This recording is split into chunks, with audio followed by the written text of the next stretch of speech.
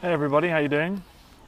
I'm Dan Snow. I am the history guy. I bring you regular history updates. You can check me out on Facebook, Dan Snow's History Hit, or and my podcast on iTunes, History Hit. Get involved, everybody. Hey, how you going? Thanks for joining, everybody. This is the scene right now. Check it out. Oh yeah, thanks for the hearts. How you doing, everyone? I am just sitting up here. Thanks for sharing, Greg, Ev Pro. Feel free to share, everybody. I'm not doing Cows Week. No, I am not doing Cows Week. But hello in Scotland. Hi, Hunter S. How are you? Thanks for all the action on Twitter, the retweets and the favourites and everything. Appreciate that. Willow Barcelona, thank you for sharing. Look at the weather down here in the UK. This is the Solent. It's not really in focus at the moment. There we go. Hi, Norway loves Dan. I love Norway. The Lofoten Islands are the best. I was there earlier this year. Check them out. I check out Facebook. I did post a lot of pictures up there. That down there, everyone, is my favourite house in the UK. Look at that, right on the edge of the water. Hello, Hammersmith.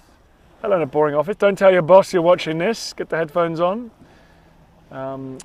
Check this out. Hello in Cheshire. Hello in Mexico. Hey, Mexico. Now down there, guys. Listen, this is the most historic stretch of water in the flipping world around here. Under the floorboards in Cannock, wowee. So let me show you with my little finger here. Winds that, I don't know if you can see over there. Let me zoom in. Next to this brilliant house. Do you see all those sails down there? Loads and loads of sails down there. That is Cows Week. Hello in Louisiana. Hunter S. Jones, Hunters Jones, thank you for sharing. This is the most historic stretch of water in the UK. That's Cows Week. That's the world's longest running regatta, I think, correct me if I'm wrong. Started in the 1820s. Actually, speaking of Mexico, if you're still watching in Mexico, you are. You haven't been too bored. So that Cows Week's been running since 1826. When Cows Week was started, California was part of Mexico. So that's how old that is. Oh, speaking of California, someone just come up there. Got up 15 minutes ago. Hi, how you doing? Good to see you. What else can I tell you about this patch of water? Hello in Wake Forest, North Carolina. I'm in something called the New Forest in the UK. This is the New Forest. I'll tell you why it's called the New Forest. Is because 1,000 years ago, well 950 years ago, William the Conqueror conquered England and he made this royal forest. This whole area became royal forest, so the locals always called the New Forest. Ever since then it's been called the New Forest. The New Forest is in fact nearly 1,000 years old. So much happened on this stretch of water. The Emperor Vespasian conquered the Isle of Wight over there. He was a young officer when the Romans conquered England. That's Cows Week going over there. Now you see this little ramp here, down there. That was built for D-Day. Hello in India. How you doing? That was built for D-Day. See that concrete there? That was built for D-Day. All of the tanks that landed on the beach in Normandy got on their landing craft right here where I'm sitting now. Pretty exciting. This played its part. And people said you could walk from one side of this to the other, to the Isle of Wight, on ships. It was so busy with shipping. What else we got down here that I can show? Oh, the Mary Rose capsized just over there, if you've heard about the Mary Rose. Remember, guys, you can see my Mary Rose films on my Facebook page, Dan Snow's History Hit, where I put up all my old videos and films. The Titanic left from over there, Southampton. Southampton's just around the corner here. If you're sitting here, nearly over 100 years ago, you'd have seen the Titanic sailing out of here, coming down there. Lots of people, that was the last sight of their homeland before hitting that iceberg. This is where the America's Cup was first held out here, which is the oldest single sporting trophy in the world. The British have never won the America's Cup. It's first held out here. At the moment, we're trying to win it back. Maybe we're going to make history, and if it is, I will show you everything live on Periscope. That'd be pretty cool. My wife's great-grandfather, he left from Southampton, which is up there.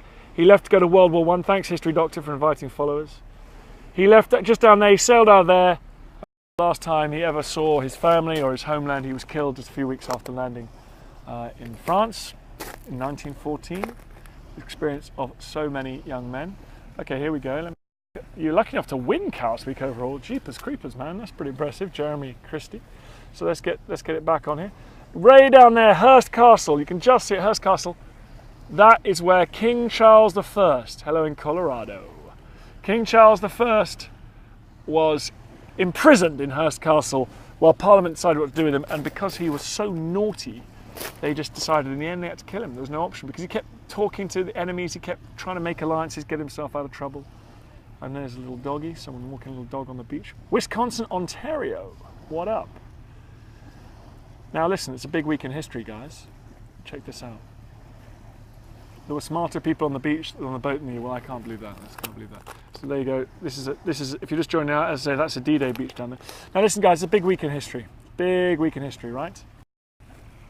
On the 4th of August this week, on the 4th of August, right, no, last week, but this kind of week, Britain declared war on Germany in the First World War. Huge, huge, huge day in history. Within a day or two, Kaiser Wilhelm, who was, of course, Queen Victoria's... Oh, hey, I'll tell you something about Kaiser Wilhelm. Do you see just that point there? Oh, yeah, just that point there. That's Osborne House. That was Queen Victoria's, just beyond there, is Queen Victoria's favourite summer residence. She used to go there. And Kaiser Wilhelm used to go and visit his grandmother. He was her oldest grandson.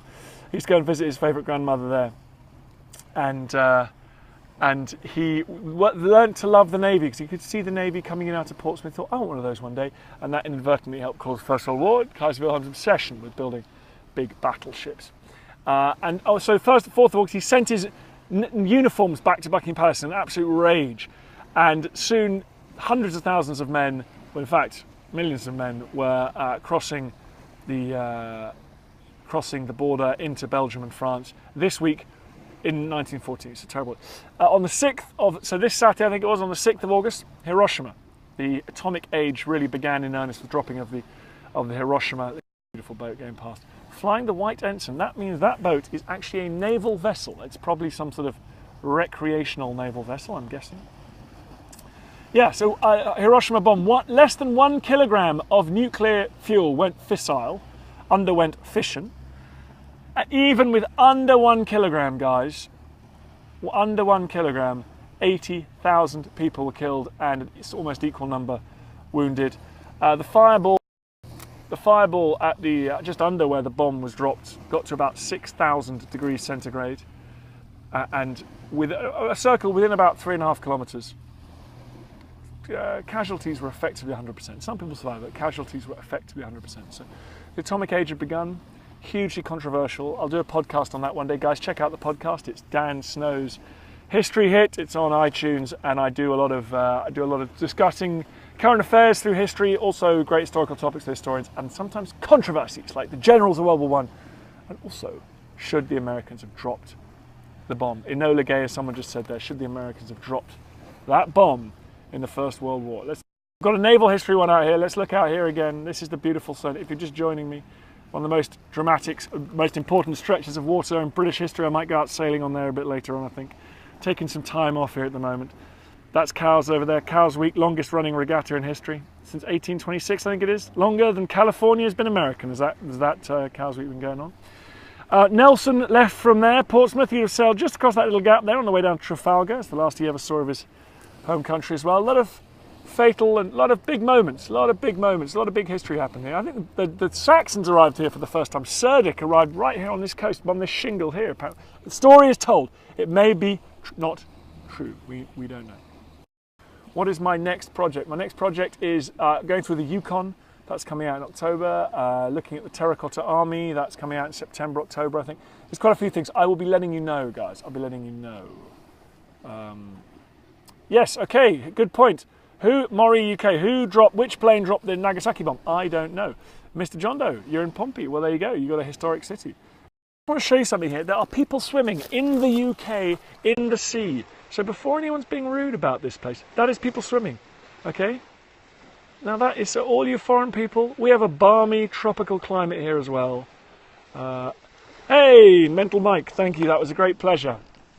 It was nice to meet your friend, and I'm sorry I didn't meet you, but I'm glad you got the postcard. That's very cool. Very cool. The plane was Boxcar. Of course it was. Boxcar. The plane that dropped the Nagasaki bomb was the Boxcar. Okay. Your dad was the first American to raise the American flag over Tokyo. Crazy Celt 60. That is very cool. That is very cool. Wow, what a piece of history. What a piece of history. I love meeting people on here and sharing the history. We have crazy people too. Battle of Bandywine. Yeah, we do. I like your name there. That's good. So anyway, guys, this is a historic stretch of water.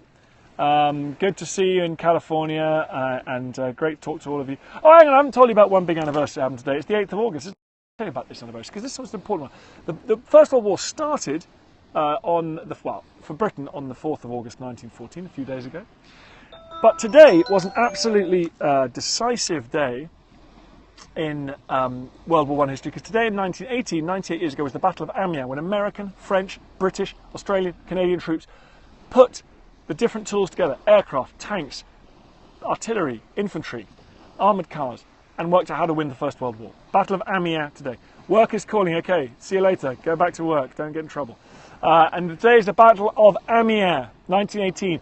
Many people haven't heard of it, but it's probably the most important battle, well, one of the most important battles in British and world history. A battle that decisively defeated the Germans, tore a big hole in the trench lines, got mobility back to the battlefield, and convinced the Germans that they were not going to be able to hold out and win the First World War. So a huge, huge deal. Anyway, guys, it's the Battle of Gravelines today. Oh my goodness, it's the Battle of Gravelines, I think, when the Spanish Armada were defeated by Francis Drake, Howard of Effingham, and the English Navy. It is the Battle of Hastings anniversary. Yep, I am going to make a programme about the Battle of Hastings this year as well, so watch this space. Lots to report, guys, lots to report. Anyway, my second great-granddad captured blockade running. Huh, cool. Like blockade runners, I love that story. I'd love to learn more about that. That's very cool. History keeps piling on. A lot of history around, guys. A lot of history around. Anyway, big love. See you later. I'm leaving you from a sunny south coast. And over there, one of the loveliest houses in England. See you later. Bye-bye.